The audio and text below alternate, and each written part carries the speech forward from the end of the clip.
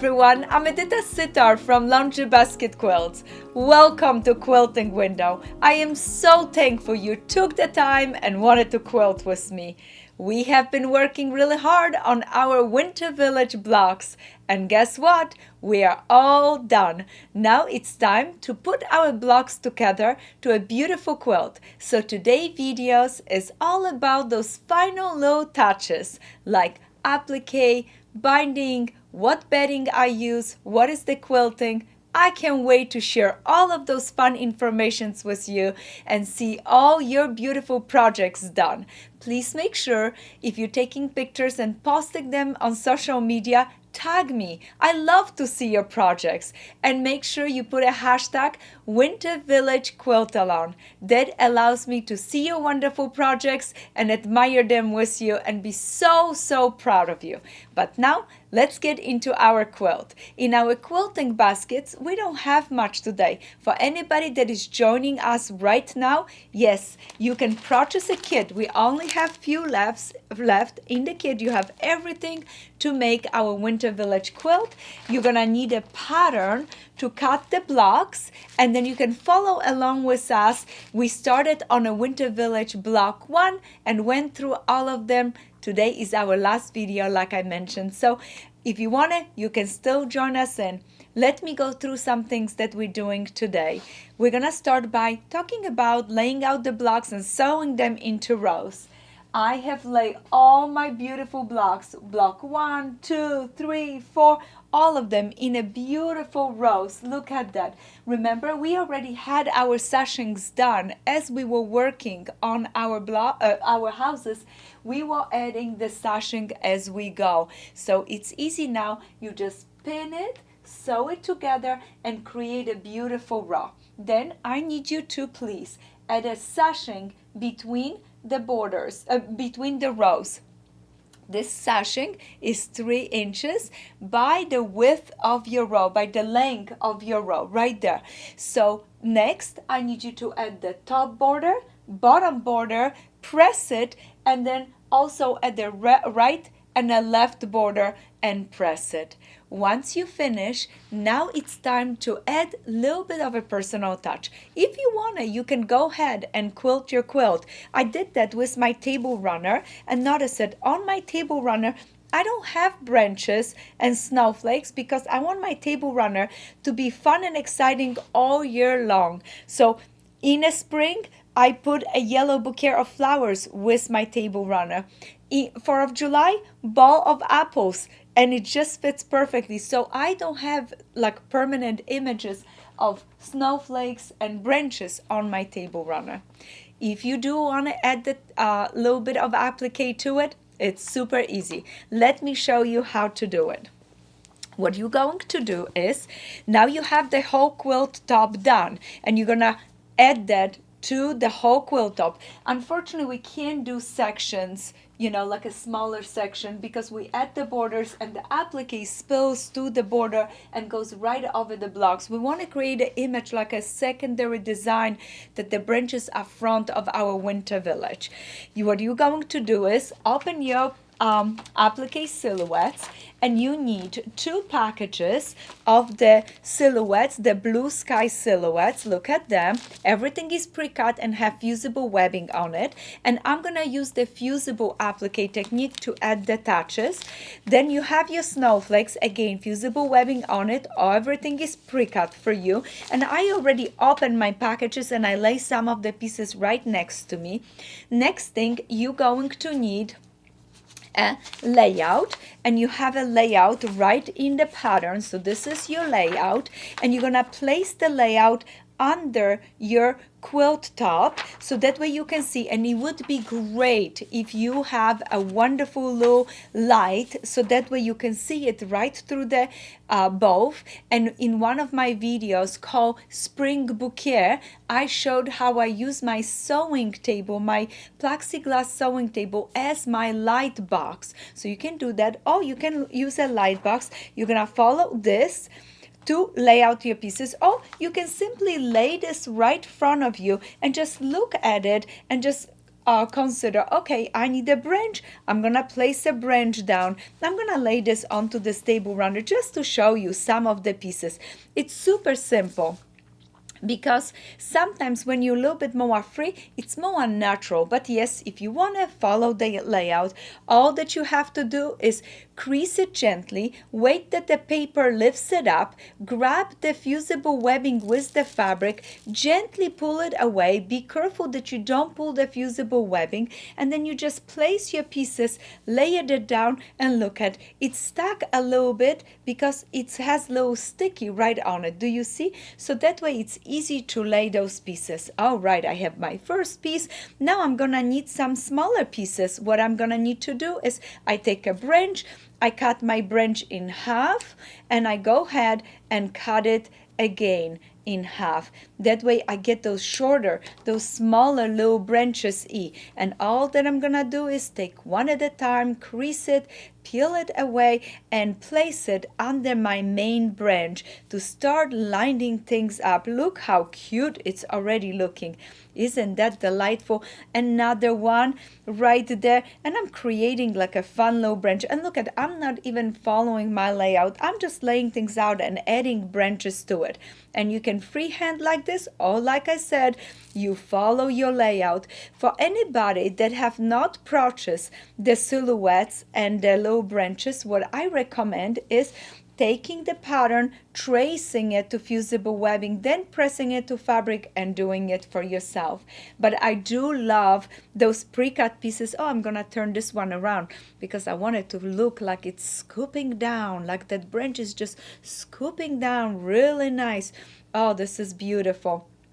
Another little piece, and I'm gonna keep going like this to create a beautiful little image. I think we're missing a little friend on that branch. Let's go and find a little bird. And in your package of Blue Sky Silhouettes, you have a cute little bird, and he has a friend. One goes to the right, one goes to the left, so that way you can put those little birds looking at each other and visiting on that winter branch just like this. If you want a little berry, no problem. We have circles that are already cut for you, and you can add them here or there. Oh, I think this one could look really nice.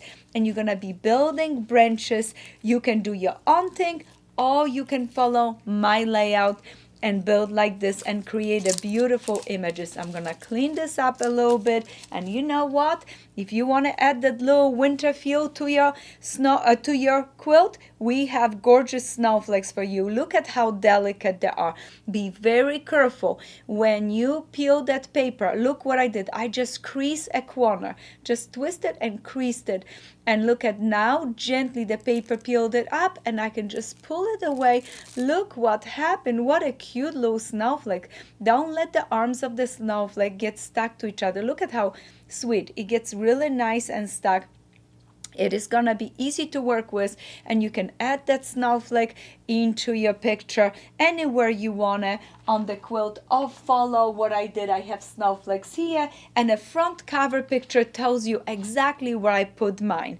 Now we just put our pieces down, but we're not done with the applique. The next thing that we're going to have to do is add some final touches of threads. And I brought this pillow because I can show you the stitches right on it. As soon as you put your fusible applique shape, you're gonna take an iron and you're gonna press it really nice. And yes, you can use a little bit of a steam to press it down. Nice and gentle, but enough that you get rid of that sticky, because that sticky that allow you to lay your branches was nice because your branches were not flying around the table, but now it could cook up your needle if you have not pressed enough. So you must press enough and create a beautiful, beautiful applique. I'm super excited for you, and I can't wait to see all your beautiful project. But we're not done, like I said. Let's now stitch around the edges. And what I did on my quilt and on my project here, and I brought this here so you can see it. So now we're gonna add a beautiful blanket stitch to the edges of this wonderful branch, both on the quilt and on the pillow. I did that same technique. So what I did is I use a stitch that I have it on my sewing machine, just simple blanket stitch, and I went with the standard stitch.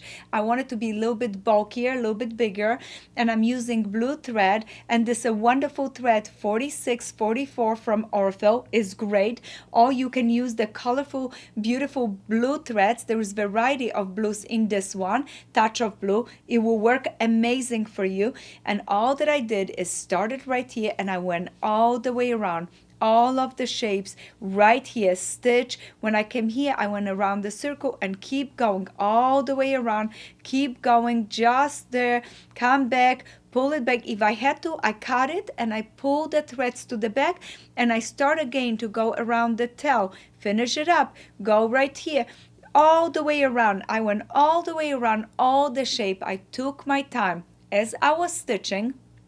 If my needle was googing up, I went and wiped it with a little bit of a wipe, with an alcohol wipe. But I have to tell you, if your needle is googing up and your thread is getting sticky, make sure you press your silhouettes. That means that you have not ironed enough, that you need to put a little bit more heat to it and iron just a little bit more to get rid of that sticky, that the fabric sticks together, that the glue is not there just sitting and waiting to get on your needle. So make sure you do that.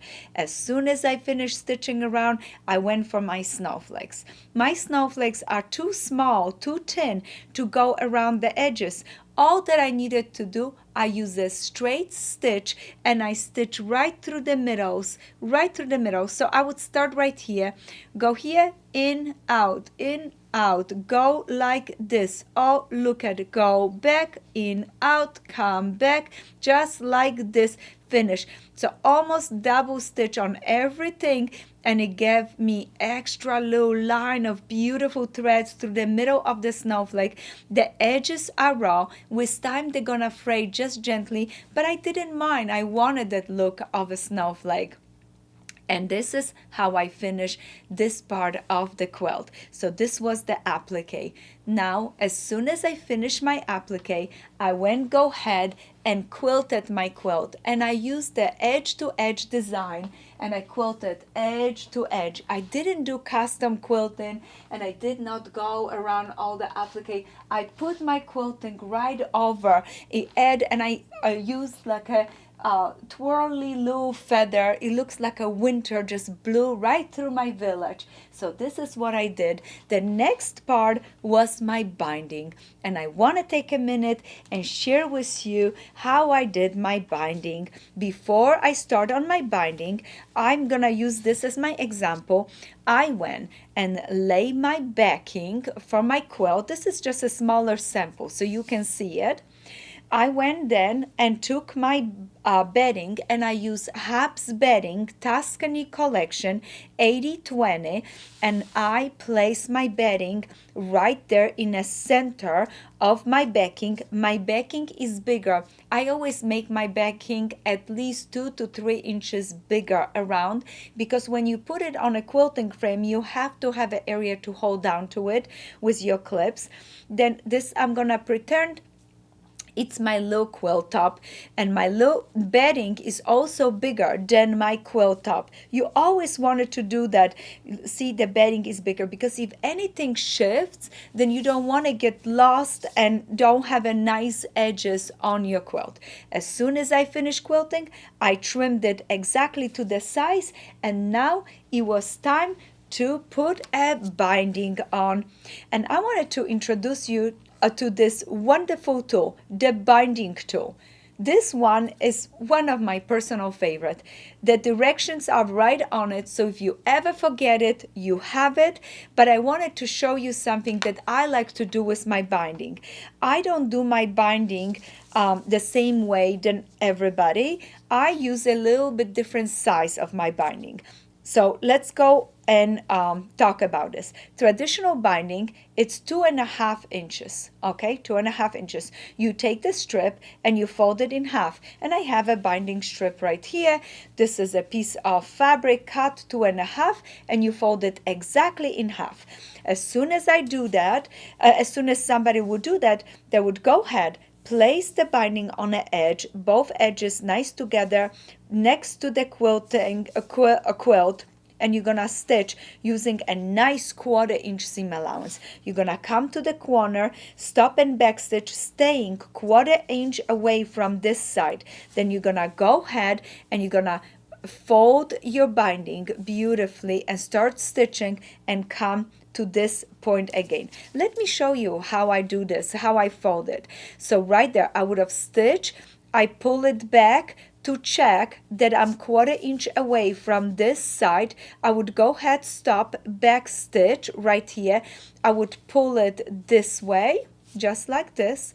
Then I would pull it down, just like this, and I would start stitching again for the binding. So this is how you do a double binding 2.5 inch. And yes, sometimes I maybe would use that. What I don't like about this binding is that in my corners I have all these multiple layers. It's really bulky. Let me show you how I do my binding. Instead of doing 2.5, I do 1 3/4. 1 3/4. I'm gonna place single layer. Do not worry, because you want to have a double binding, so when you roll around the edges, double protects the edge. So if something wears out, then you have this double protection. But do not worry, I got this. You're gonna do a single layer, 1 3/4. You're gonna place your binding and you're gonna sew it just like traditional binding. You're gonna come to the quarter, stop 1/4 inch away from this side, back stitch. You're gonna flip it. You're gonna go ahead, fold your binding just like this. Okay, start stitching again. Come to this corner. Let me show you this corner. Let's do it together. I'm gonna come here. I'm gonna stop and check, and you can look at how I mark it. I can go ahead and pin it for myself right here, so I know that when I come up to the pin I have to back stitch. Then I'm gonna go ahead, fold it up just like this, step A. Then you're gonna fold it back just like this. Look at this. Okay, now you're gonna stitch from here and keep going around. But now once you finish, you need to roll the edges around. Instead of just like I have it here, roll it and I have 2 pieces into the seam, I just folded to the stitch line. Look what I did. Fold to the stitch line. Isn't that beautiful? Then I'm gonna roll it around it, and look how nice and pretty it looks on the back. And corners, I have less fabric because look, I only did 1 2 3 layers comparing to 6 layers right here.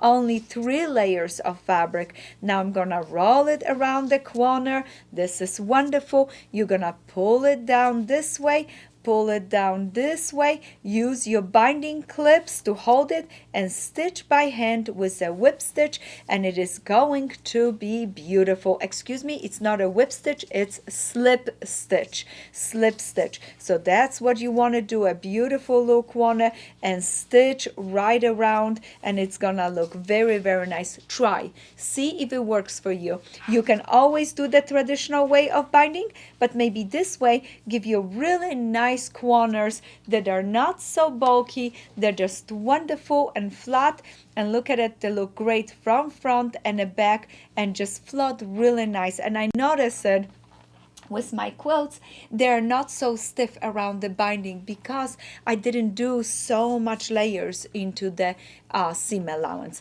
So that's maybe a little hint. Like I said, this tool is gonna help you connect the beginning and the end of your binding. Super easy. Or you can go ahead and just overlap or sew it together. Either way will work wonderful, and I am so excited that we got a chance to look at that and talk about it. And now we just finished our quilt. Once the binding is completed, we are ready and set go, and probably wanted to see how did our mini Winter Village come out. And I brought for you our little mini Winter Village. Look at this cutie. Isn't that wonderful? Let me place it right here and let's talk for a few minutes about this one. I have took all my blocks and lay them out. I noticed I want something special, and few weeks ago I had a wonderful class with you where I showed you how to do a pinehurst little trees. They're made with this beautiful ruler, pinehurst ruler. Go visit our YouTube channel and look at for pinehurst. You will be able to make cute little trees, and they are so sweet to add to the rows of our little mini houses. And that's what I did. For every row, I add 2 trees. That allowed me to just stretch the rows a tiny bit. Now I sew my houses and my trees into the rows. I add a sashing of 2 inches in between. Then I went ahead and opened this beautiful box of Quilter's Dozen Blue Sky. And you can also make those stars if you want to put around our big quilt. Why not? But I opened my box and I split it 6 and 6. There's 12 of them in it. I did 6 and 6 and made a lovely stars for the top and the bottom. And they were so simple. All that you have to do is open the box, lay all the pieces, start by making flying geeses. You add a triangle on one side, then you're gonna go ahead, add a triangle on the other side, sew it. Once you finish sewing, you're gonna flip it open, press it. You're gonna repeat it 4 times because you need 4 flying geeses for your for each side of your star. You're gonna add a center, add your little squares for corners, and you're ready, set, go. You made a beautiful sawtooth star. And if you make 6 of them, you can add them to the top of the quilt, as well as look how sweet they look in the bottom of the quilt. Isn't that adorable? And what I did is I made my rows, and then I add a sashing on a border on the left and the right. And I did the border a little bit bigger. Now, then I made my blocks and I centered up, and then I trimmed it a little bit on each side. So in case you don't know if something has not measured right, you have extra room that you can center up this bottom row and then trim it left and right, and it is going to be perfect. I finished by adding really cute polka dot backing, quilted it with just edge to edge design, add a binding, and my binding is just leftover scraps. It's all different colors of blues from our Winter Village Quilt Along. And my quilt is done and finished, and I am so excited for you that you took the time and wanted to quilt with me. I hope you enjoy our Winter Village Quilt Along. This Wednesday, I'm gonna post the final finish touches that I have added to my little mini Winter Village. So please visit our blog. Do not forget, subscribe to our YouTube channel, visit our website at laundrybasketquilts.com, and make sure you leave us thumbs up. I have so much enjoy working on this beautiful project with you and quilting along. And stay tuned because a mystery quilt along is coming up. I have special surprises for you.